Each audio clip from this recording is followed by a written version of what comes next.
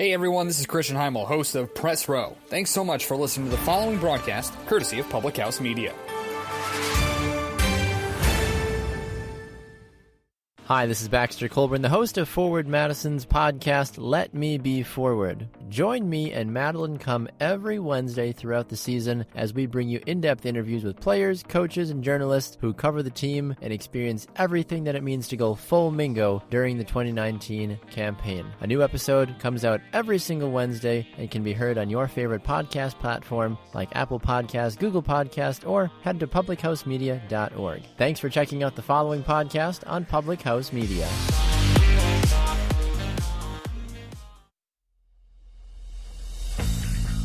Throughout history, the course of sports has been shaped by one thing: the fans. From the moments you never dreamed of, Bobby Womack has saved the USA's life in this World Cup. Hall, the runner, loose ball, it's good! Gonzaga, the slipper still fits! To the moments that still give you nightmares. Behind the bag, it gets through Buckner.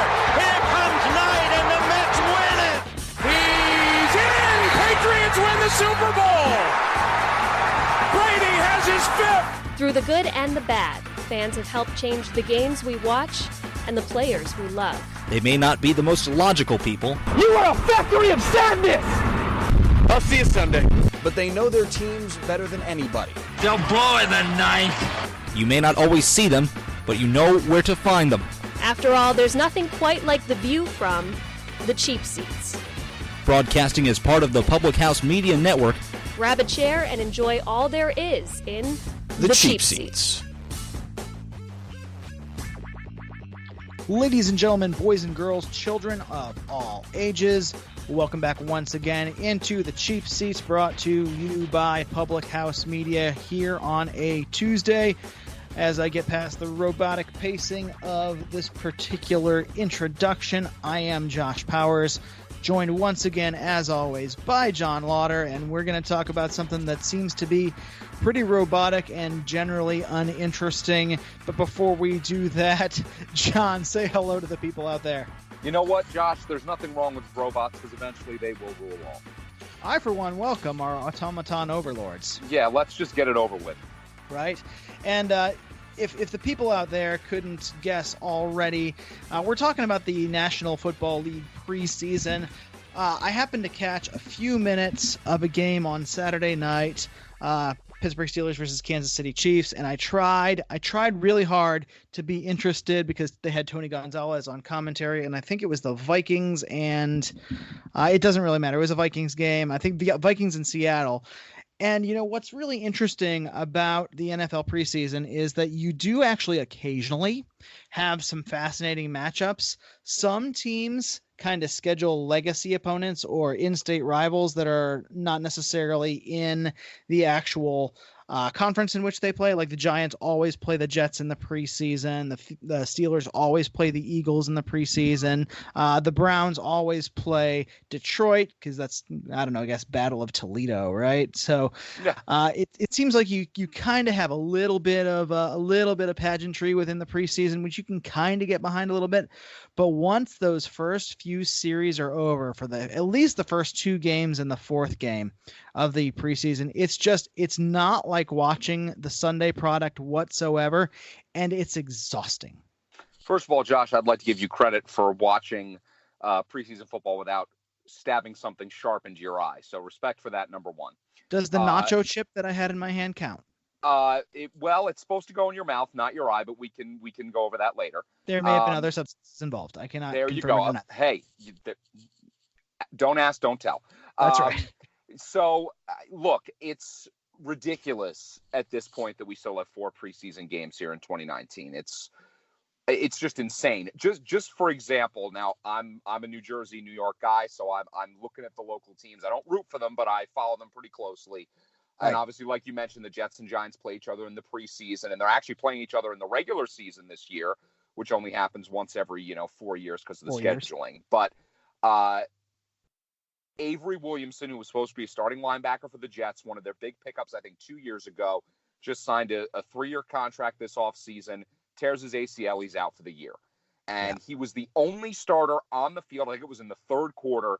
And Adam Gase literally to the press said, look, it's my bad. It's my fault. I never should have played him as long as I did. We were trying different linebacker formations in case C.J. Mosley, their really big offseason acquisition at linebacker from the Ravens, in case he gets hurt. And I never should have played him as long as I did. And he literally apologized to Avery Williamson through the media, which you never see. And they're not playing Le'Veon Bell at all. So not only did Le'Veon Bell not play all of last year, he's also not playing the preseason either. And who knows how many reps he's getting in camp alone. Right, exactly. Basically, Gase said, look, I'm not going to risk him during the preseason. We talked about it. We're upping his reps week by week in practice. And look, I don't blame the Jets. Why would you pay a guy X number of dollars and then risk him in a meaningless game? It is utterly pointless. The only thing the preseason is good for is overhyping things that should not be overhyped, like Daniel Jones, like Jared Stidham playing quarterback for New England. Stop it. Everybody's freaking out because he threw for 200 yards in a meaningless preseason game. It's insane. A couple of years ago, the Lions, I think, went 4-0 in the preseason and then went 0-16. Why? Yep, I absolutely remember that. It makes no sense at all. And I know that, these teams are charging fans basically full game prices, which is a crock of shit in itself. They are. It's a travesty. Yeah, it's an absolute travesty. And it just doesn't make any sense at this point. 4 preseason games. Now, way back when these games meant something, they mean nothing now, and it's time for this farce to stop, period. I completely agree with you, and you and I both follow kind of legacy franchises in the NFL, yes. Packers and the Steelers, respectively. And so more than likely, we hear a lot from our media guys, our veteran players who remember those good old days when training camp was 6 weeks and the preseason was 6 games and the regular season was only 14 games at the time. And it seems like there's always that proposition on the table to cut out a couple of preseason games for the sake of an additional 2 regular season games. You and I think agree that that's just not necessary. Just cut the 2 preseason games and leave it at 16 games. And if you're still really hurting for revenue, it's not going to, nobody's going to bat an eye at a raised ticket price or something like that. But you touched on something there, John. These are barely half full stadiums where full price tickets are already charged. It's part of your season ticket package or your seat licensing, as in most cases. So really the fans are being ripped off, I guess, pun intended, 6 ways to Sunday. So yes. It doesn't seem to benefit anyone. And I would even say that it doesn't actually benefit the players whom it's supposed to benefit the most. And that would be your draft picks. That would be the free agents that you sign off of the street. That would be your, maybe guys in this particular case you brought in from the AAF or from Canada or from some of those other not true minor leagues. And let's face it, college football is the NFL's minor league. The NFL might as well just filter money straight into every D1 university in the country and say, you are essentially our minor league, develop our players for us, because that's who we're looking for. That's where we get our talent. These are the only guys, in most cases, there are some exceptions, of course, where we're going to select the next generation of NFL talent. But in college, seemingly, these players have a year-round schedule as well, and they do in the NFL also. So it almost seems like if you're selected in, say, the first through the third, maybe even 4th round, you're almost guaranteed a slot on an NFL roster to begin with. And other than learning the playbook, you should be NFL ready. Yeah, I tend to agree with you. Basically, if one of your top 4 draft picks doesn't make the roster, you've done a terrible job making that selection. You should be fired as general manager at that point. I agree with you 110% on that. I also agree that 18 regular season games is not necessary. Cut it down to 2 preseason games. Keep the 16. I have a novel and crazy idea, Josh.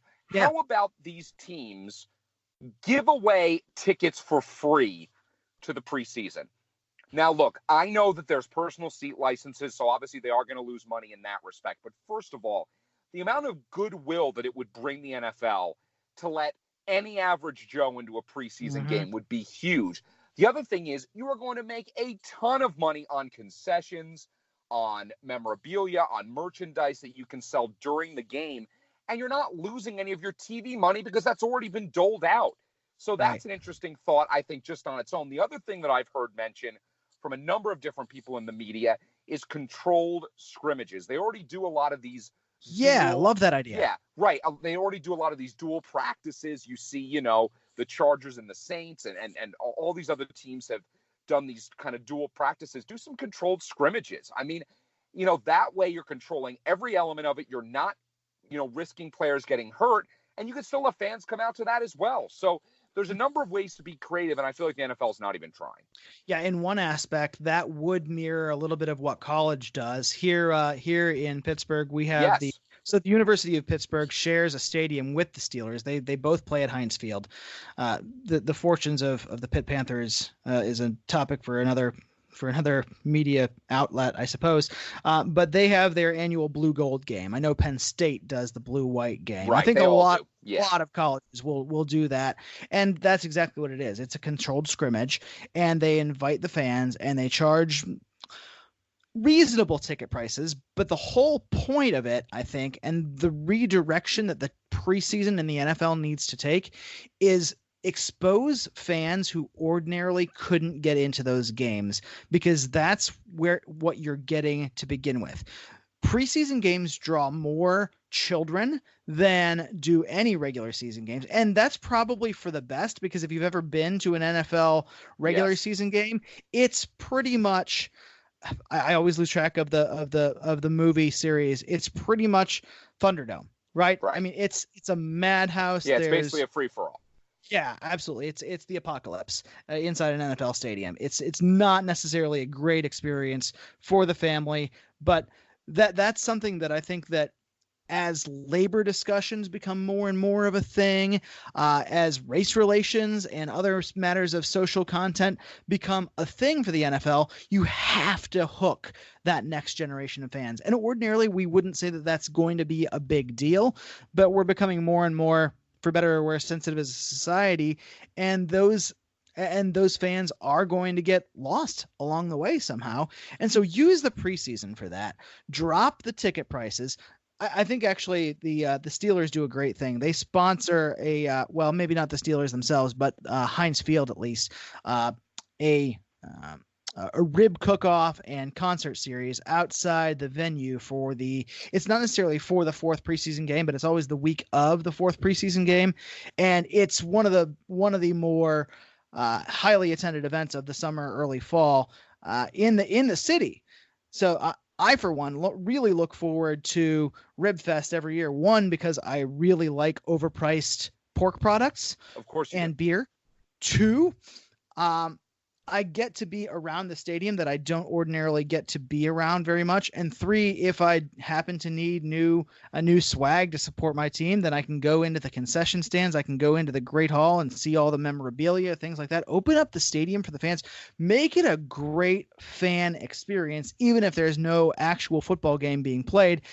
And frankly, you could argue that the fourth preseason game isn't a football game anyway. No, it's not. And that's exactly the kind of creative stuff I'm talking about. You mentioned these blue and white games and things like that. I mean, Alabama gets 80,000 people for theirs. So, that's they fill these stadiums on something that's meaningless, because I don't think there's 80,000 people in the state of Alabama. Yeah, right, exactly.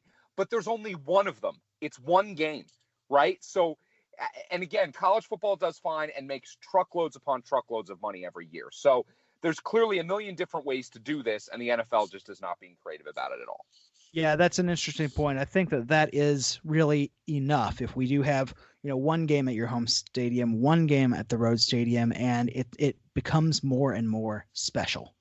Speaking of things that are special, we're going to take a quick break, bring you some updates from Public House Media, and we invite you to join in the second segment. We'll bring you the Facebook poll question. Stay tuned right here in the Cheap Seats.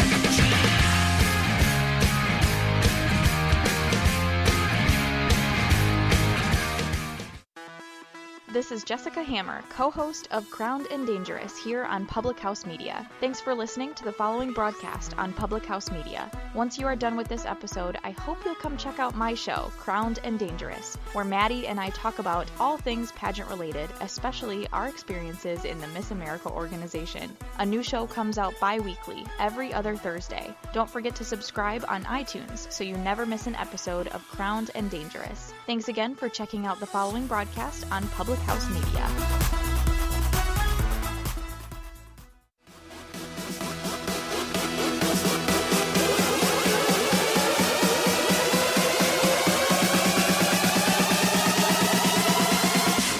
Thanks once again, everybody, for joining us right back here in the cheap seats, brought to you on a Tuesday by Public House Media. John Lauder, Josh Powers, with you every week.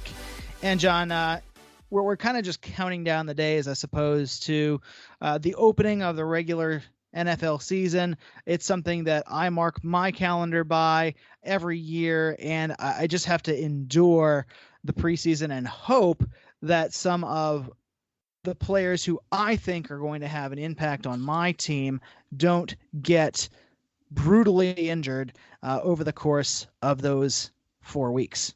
Agreed. And I forget, it was a couple of years back that the Packers lost a big player. I think it was Clinton Dix or somebody. I don't remember, but it was just so mind-numbingly frustrating. Like, Aaron Rodgers has not played a snap in the preseason. He's dealing with a couple of little nagging injuries, like his back and stuff.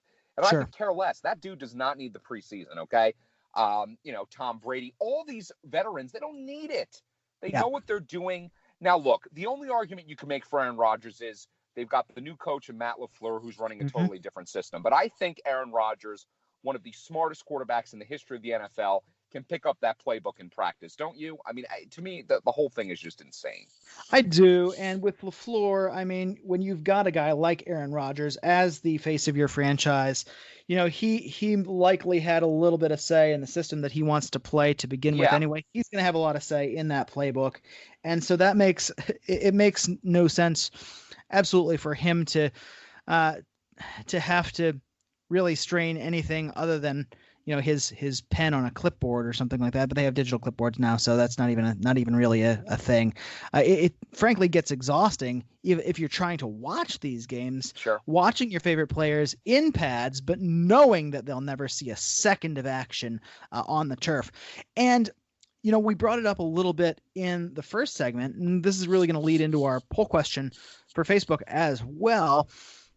Your roster year to year really isn't going to change that much. You're going to have maybe 10 slots on a 53-man roster that has rookies who maybe they beat out an incumbent who was, and in most of those cases it's guys on special teams as it is anyway, right? Or so here in Pittsburgh we have a battle between punters. They bring in competition for the specialist kickers and punters every year. We've got the incumbent is a guy named Jordan Berry, and they brought in a young man, and honestly, I forgot his first name, and his first name's not even worth it. In the words of The Rock, it doesn't matter what his name is, but his last name is Berryman. So they brought in Berryman to compete against Berry, and that's the story. Yeah. Like, that's the story, that it's funny that their names are similar, right? That's kind of what you watch, I suppose, if you maybe are looking to, you know, see if somebody who you might have heard of can hang on. And it's an embarrassment if, you know, some of the guys that you have high hopes for can't hang on. I seem to remember it was probably 10 years ago or so now that it was probably even more than that when He Hate Me of XFL fame made Rod a name Smart. Rod Smart made names for himself and actually made the Carolina Panthers roster and was fairly productive for a couple of years, but really that was it. So yeah, I mean, there's some novelties, there's some kind of niche aspects to the preseason that can be fun, but realistically, it's additional conditioning for some of the guys coming out of college and for some guys who barely have a chance at making rosters to begin with. Yeah, and I'm glad you mentioned Rod Smart, because that, I think, is an argument that some people like to make about the validity of the preseason. A guy like a Rod Smart that comes out of nowhere and gets a roster spot because of that. But those are so few and far between. For any time you've got a Rod Smart or a Victor Cruz, 9 times out of 10, that's not going to happen.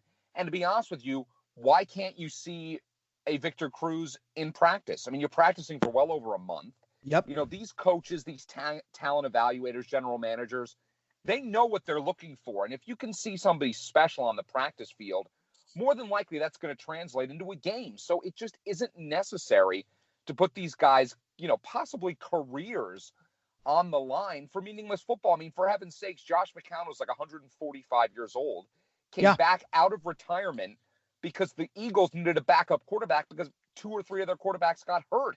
And Nick Not Foles only isn't that, there anymore. It's crazy. Right. Not only that, but their starter has not played a single full season in his career yet either. Right.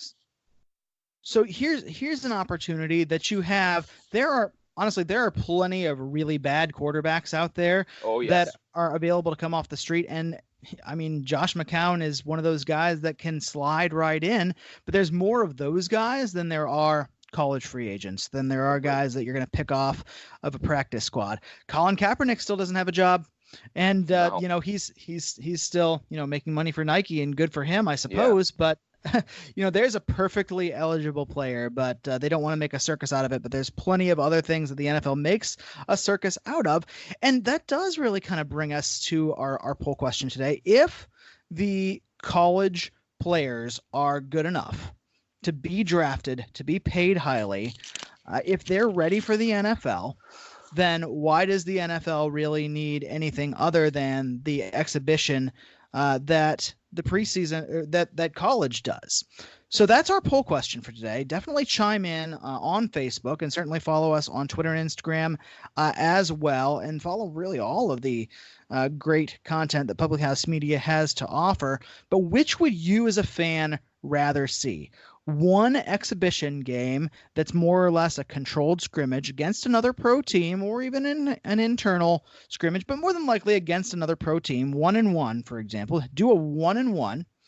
Would you rather see one exhibition game before the NFL regular season starts, or do you think that the factors that lead up to the preseason and all 4 games that it has coming out of training camp, do you think that there's just too much on the line that one's not enough? We want to hear from you for sure.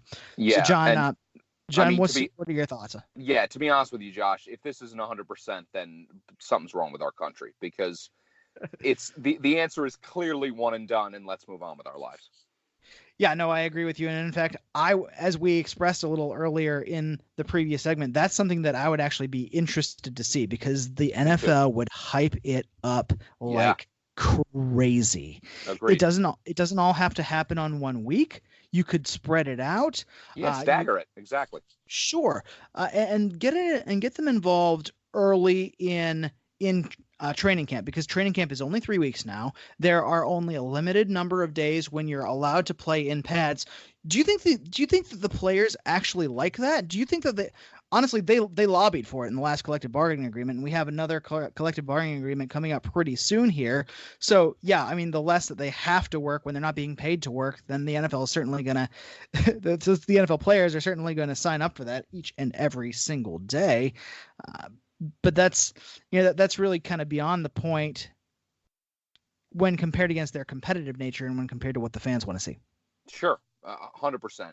Again, at this point, 4 is far too many. I think everybody can see that. They've got to figure out a way to reduce it.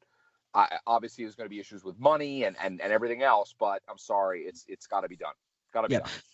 John, why do you think college, since that is, as we mentioned in the previous segment, really the feeder system for the NFL, why do you think the college system doesn't see the need to, besides that one kind of exhibition, the blue gold game or whatever it's going to be, besides that one exhibition, why do you think that they don't see the need to open it up and to have an extended training camp and a preseason schedule as well? Well, honestly, Josh, I really think a large part of it is because they are hiding behind this facade of the whole student-athlete thing. I think that if it were up to these big colleges and universities, they would have 3 or 4 preseason games to make more money. I just think because of all the rules and you can only train for a certain amount of time, et cetera, they can only really do the one. But I think if it were up to them, they would do it like the NFL, because any chance that these schools, teams, whoever it is, has to make money, they're going to do it always. Yeah, there is a huge debate, and we're gonna get into it on another show. We have Yes. to. I think we owe the fans to it. There are so many different streams of revenue that college likes to kind of hide behind, Absolutely. and really needs to distribute appropriately. That it's infuriating, to be totally honest with you, as somebody who had to pay his own way through college entirely, and I'm to limited results, and it is what it is. That's a discussion for another time. Right. But yeah, I mean, if the argument against even the bowl games happening earlier than they do, because those are a month after the season actually ends in college, right? Right. Is that the kids are busy with finals. Really? No. Are the kids busy with finals? No. Are they really? Or are they out on boat cruises? Are they out on vacation? They get very limited time, again, because of silly college rules, to prepare for those games as well. And so now you have players skipping those games because they don't want to wreck their chances in the NFL. So the NFL is literally wrecking players' chances at a lucrative career by having a system in place, by having rules that prohibits their best talents from playing, whether it's a written rule or not. Yeah. Again, it completely and insane. whether they're actually even NFL players or not. Right. Makes no sense. John, that's going to just about wrap us up for today. There's definitely, as college football starts its season in very short order here. I think I actually saw a commercial where they're kind of starting to do away with some of those cream puffs in the beginning of the season, the first 3 games of the season. They want to put those marquee games early in the season and early in the day at noon. And I frankly applaud them for that. Because then, there's just no question about who are the sheep and who are the goats. Yeah, the Pac-12 is starting with these noon kickoff Eastern time games now, so you can have 9 a.m. games on the West Coast. I mean, that's a in the art world they would call that a drink and draw, right? Yeah, look, there's nothing wrong with more football. Ever. Certainly not. So God bless you if you're on the West Coast and you're standing outside of the stadium at 6 a.m. Just waiting for Lee Corso to put your mascot's head on. 100%. John, what did you learn from the show today? To be honest with you, nothing, because the NFL confuses the hell out of me with this whole preseason thing, and I don't understand why we still have not figured out a way to fix this. It's crazy. Yeah, and I'm in agreement with you. I think I learned that it all just takes far too long, and I'm itching for a conclusion. That's going to bring the conclusion to our show today. See what I did there? I love it. It's the Cheap Seats, brought to you by Public House Media. Listen in every Tuesday. Certainly answer our Facebook poll question. Would you rather the NFL go to one exhibition game or keep the stakes as they are? John Lauder, Josh Powers, we're here with you each and every Tuesday, way up in the Cheap Seats. And we'll see you in the future.